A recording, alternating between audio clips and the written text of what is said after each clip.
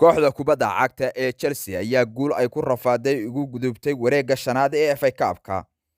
Kooxda kubadda cagta Chelsea ayaa iska xaadirisay wareegga shanaad ee tartanka FA Cup-ka kadib markay ay si dirqiya kaga adkaatay kooxda heerka saddexaad ku jirtay Plymouth oo ay ku kulmeen garoonka Stamford Bridge ciyaar socotay 120 daqiiqo. Chelsea ayaa lagala hormaray goolka daqiiqadii 8aad ee bilowga ciyaarta. Barbaraha ayay keensadeen 4 daqiiqo ka hor inta nasashada loo bixin, halka ay goolka guusha keensadeen 30 daqiiqo lagu daray ciyaarta dheeriga ahaa. Haddaba kulankan ayaa Chelsea waxaa ka maqnaa tababaraha Thomas Tuchel oo karantiin la geliyay fayraska corona awgiis, balse Chelsea waxay ku soo gashay shax adag kaasoo ay doonayeen inay guushan ku helaan. Daqiiqadii 8aad ayaa Chelsea lagaga naxsaday goolka waxaana dhaliyay goolkaas Gilfoyle.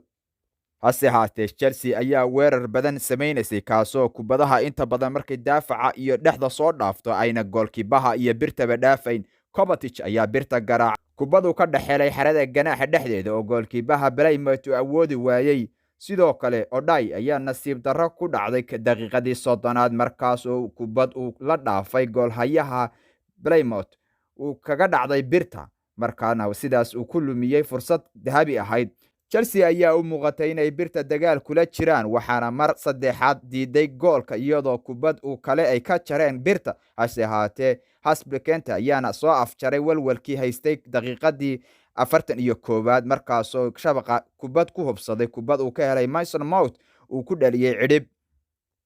Lukaku ayaa isaguna gool ka khasaariyay kaasoo taageerayaashu ay istaageen ayna bilaabeen inay dabaaldegaan. daqiiqadii 74aad 90kii daqiiqada ciyaarta ayaa ku soo dhamaatay barbardhac 1-1 ah. Kooxda Blues ayaa ciyaarta inta badan awoodda saaraysay siday gool u heli lahaayeen ugana faa'iideysan lahaayeen fursadaha badan ay luminayaan. Kooxda Plymouth ayaa iyaduna helaysay jaanisyo ka yar kuwa ay Chelsea helaysay, hase haatee kama ay faa'iideysan Chelsea oo inta badan doonaysay inay shabaqa soo taabato.